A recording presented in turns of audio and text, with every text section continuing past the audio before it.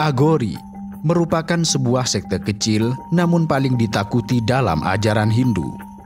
Para pengikut sekte ini menolak norma moral, menentang tabu, dan menjadikan kematian sebagai pintu menuju pencerahan.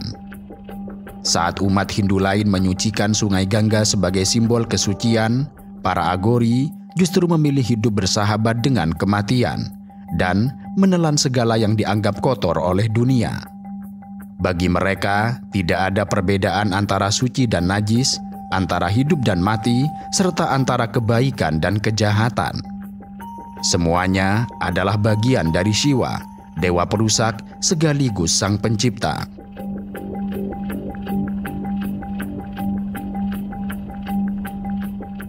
Bagi kebanyakan umat Hindu, hidup adalah tentang menjaga dharma, kehidupan yang benar, bersih, dan penuh pengabdian.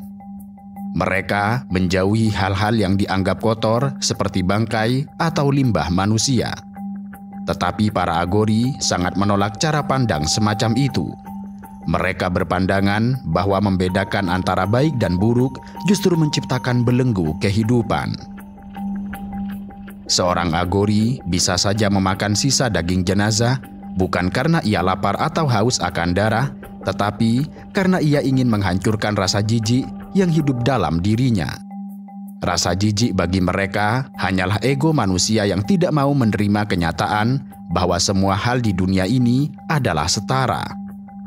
Maka dengan menghapuskan rasa jijik, dengan menelan kotoran, mereka merasa telah berhasil menelan ego mereka sendiri. Seorang guru Agori pernah berkata, jika seseorang minum susu dari sapi dianggap suci, lalu mengapa orang yang minum air seni sapi disebut orang yang najis? Padahal keduanya berasal dari makhluk yang sama dan diciptakan oleh Dewa Shiva yang sama. Bagi manusia biasa, kematian adalah tragedi, suatu hal yang sering ditakuti dan ditangisi. Namun sekte Agori melihat kematian sebagai guru yang sangat penting. Itulah mengapa mereka sering duduk berjam-jam di samping mayat yang terbakar, bukan untuk berduka, tetapi untuk belajar dari kematian. Aroma daging yang hangus dalam pembakaran, suara tulang yang pecah saat terbakar, dan tubuh yang perlahan berubah menjadi abu, semua itu adalah pengingat bahwa tidak ada yang bisa kekal di dunia ini. Meditasi di samping atau di atas mayat bukan tindakan horor bagi mereka. Sebaliknya, itu adalah latihan keberanian serta latihan melepas keterikatan. Dengan duduk di atas tubuh yang sudah tidak bernyawa, seorang Agori mencoba memahami bahwa tubuhnya sendiri hanyalah wadah yang suatu hari juga akan menjadi abu. Mereka percaya bahwa ketakutan pada kematian adalah akar dari semua penderitaan manusia. Sehingga dengan menghadapi kematian setiap hari, Agori berusaha mencabut akar itu sampai habis. Seperti telah disinggung, sekte Agori tidak mengenal atau tidak membedakan antara suci dan kotor. Dan inilah prinsip yang membuat mereka sangat berbeda dari semua sekte lain. Jika orang Hindu biasa mandi di Sungai Gangga untuk membersihkan dosa, maka Agori justru menyelam ke dalamnya untuk mencari mayat. Jika orang lain menghindari abu kremasi, mereka justru mengoleskannya pada tubuh. Mereka percaya bahwa dengan menyentuh apa yang dianggap paling najis, mereka justru menemukan kesucian sejati. Dalam pikiran mereka, Tuhan tidak bisa dibatasi oleh kategori manusia. Jika Tuhan menciptakan kotoran, maka kotoran itu sama sucinya dengan bunga teratai. Inilah yang membuat dunia sangat sulit untuk memahami Agori. Sebab apa yang bagi masyarakat adalah kotor, bagi mereka adalah pencerahan.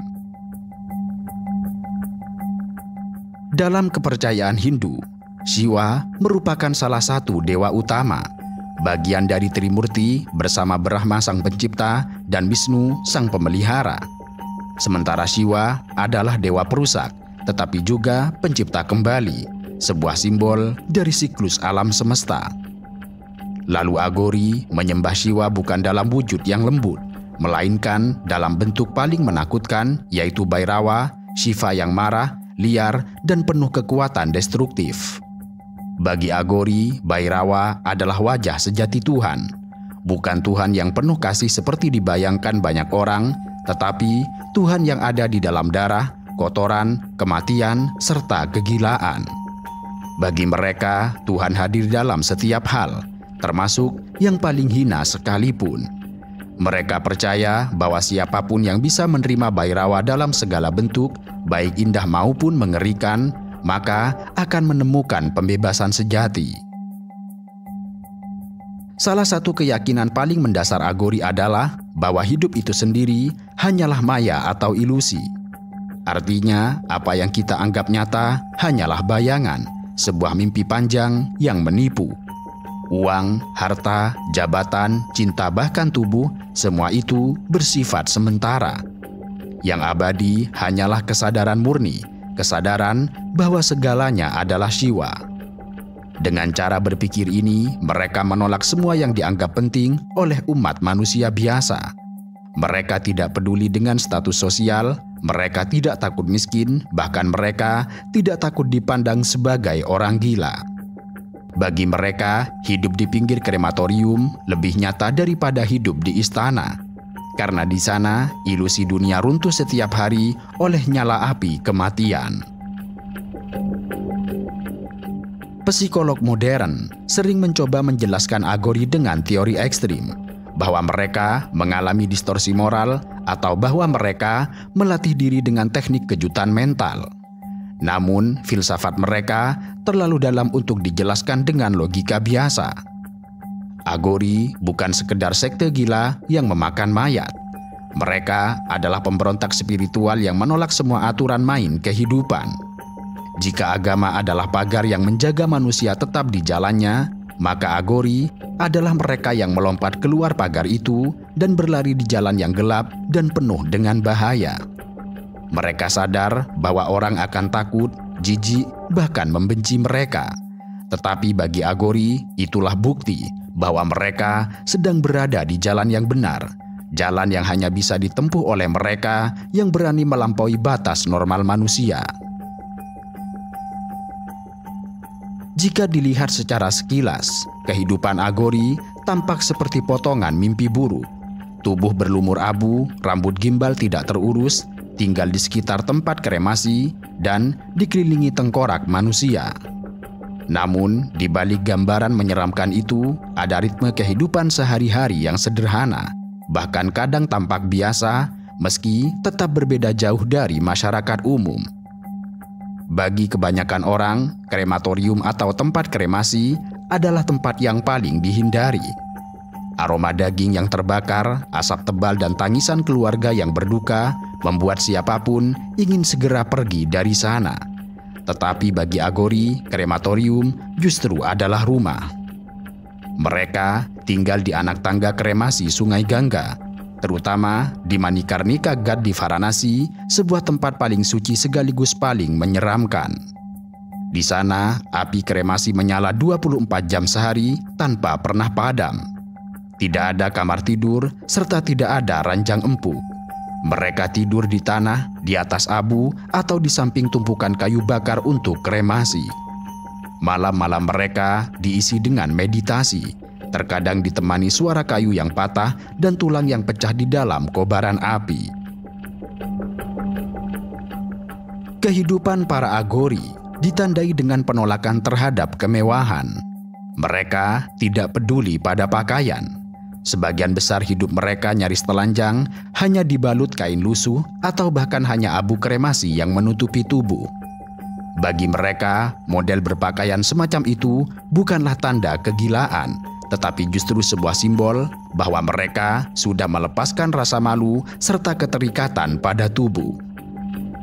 Jika tubuh hanyalah wadah yang akan menjadi abu, lalu untuk apa ia harus ditutupi dengan kain yang tampak mewah? Sementara itu, makan bagi Aghori bukanlah kenikmatan, melainkan sebuah ujian. Mereka bisa makan apa saja yang tersedia, seperti sisa makanan orang mati, buah busuk yang tergeletak di tepi jalan, daging binatang yang membusuk, atau makanan normal yang diberikan oleh peziarah yang penasaran. Namun, ada satu hal yang menjadi ciri khas mereka, bahwa mereka tidak pernah meminta makanan. Apa yang datang kepada mereka dianggap sebagai pemberian Dewa Siwa. Jika tidak ada makanan, mereka berpuasa berhari-hari. Dan jika ada makanan yang menjijikan, mereka akan memakannya tanpa ragu, karena itulah bentuk penerimaan total. Para Agori tidak memiliki rumah, tidak memiliki pekerjaan tetap, bahkan tidak memiliki identitas resmi. Mereka hanyalah pengembara spiritual. Nama duniawi mereka sering ditinggalkan, diganti dengan nama baru yang diberikan oleh guru ketika mereka diinisiasi. Bagi mereka, harta, status bahkan nama hanyalah belenggu yang mengikat jiwa. Yang terpenting hanyalah kebebasan mutlak untuk bersatu dengan Siwa. Masyarakat India memiliki hubungan yang rumit dengan Agori. Sebagian besar orang takut dan menjauh, tetapi sebagian lain justru mencari mereka untuk meminta berkah atau kesembuhan. Bahkan beberapa Agori diklaim memiliki kemampuan menyembuhkan penyakit dengan doa atau ramuan misterius. Ada pula yang diyakini mampu meramal masa depan. Karena itu, meskipun ditakuti, mereka juga dihormati dalam lingkup tertentu. Untuk memahami Agori, kita harus menelusuri jejak panjang sejarah spiritual di India. Bahwa negara ini adalah tanah kelahiran ribuan sekte, mazhab, dan aliran mistik yang tidak terhitung jumlahnya. Dari yang paling lembut hingga yang paling keras, dari yoga yang menenangkan ketenangan hingga tantra yang merangkul kekuatan tersembunyi, semuanya hidup berdampingan. Dan Agori lahir dari arus bawah yang paling radikal dari semua itu. Akar mereka bisa dilacak ke Kapalik, sekte kuno pemuja Siwa yang dikenal dengan kebiasaan memakai tengkorak sebagai mangkuk. Kata Kapalik sendiri berarti pemegang tengkorak. Para Kapalik percaya bahwa Shiva dalam wujud Bhairava, dewa yang menakutkan, harus disembah melalui ritual yang melampaui batas kewajaran. Itulah mengapa Agori kerap tinggal di kuburan, menggunakan tulang belulang untuk ritual, dan melakukan meditasi di tengah mayat yang membusuk. Dan dari sinilah benih ekstremitas itu tumbuh. Tetapi, sekte Agori yang dikenal hari ini dianggap benar-benar terbentuk pada abad ke-14 hingga abad ke-15. Figur sentral dalam pembentukan sekte ini adalah Baba Kinaram, seorang suci yang lahir di desa Ramgar, India Utara. Menurut legenda, sejak kecil Baba Kinaram sudah menunjukkan tanda-tanda yang berbeda. Ia sering berdiam diri di kuburan, tidak takut pada kematian, dan berbicara tentang Siwa seakan dewa itu hadir langsung di hadapannya.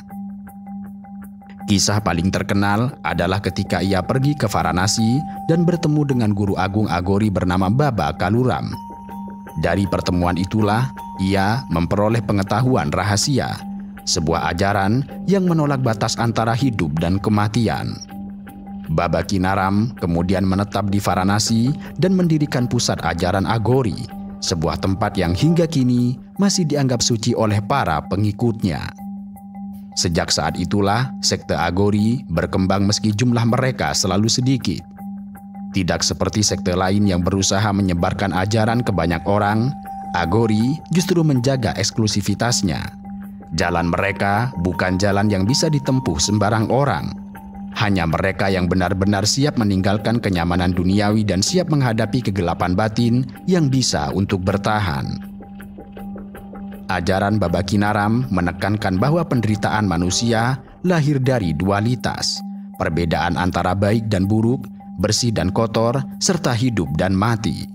Dan untuk mencapai kebebasan, dualitas tersebut haruslah dihancurkan. Dan cara untuk menghancurkannya adalah dengan menembus batas-batas yang ditakuti manusia. Maka dari sanalah muncul praktik-praktik yang oleh banyak orang dianggap gila, meditasi di atas mayat, dan minum dari tengkorak.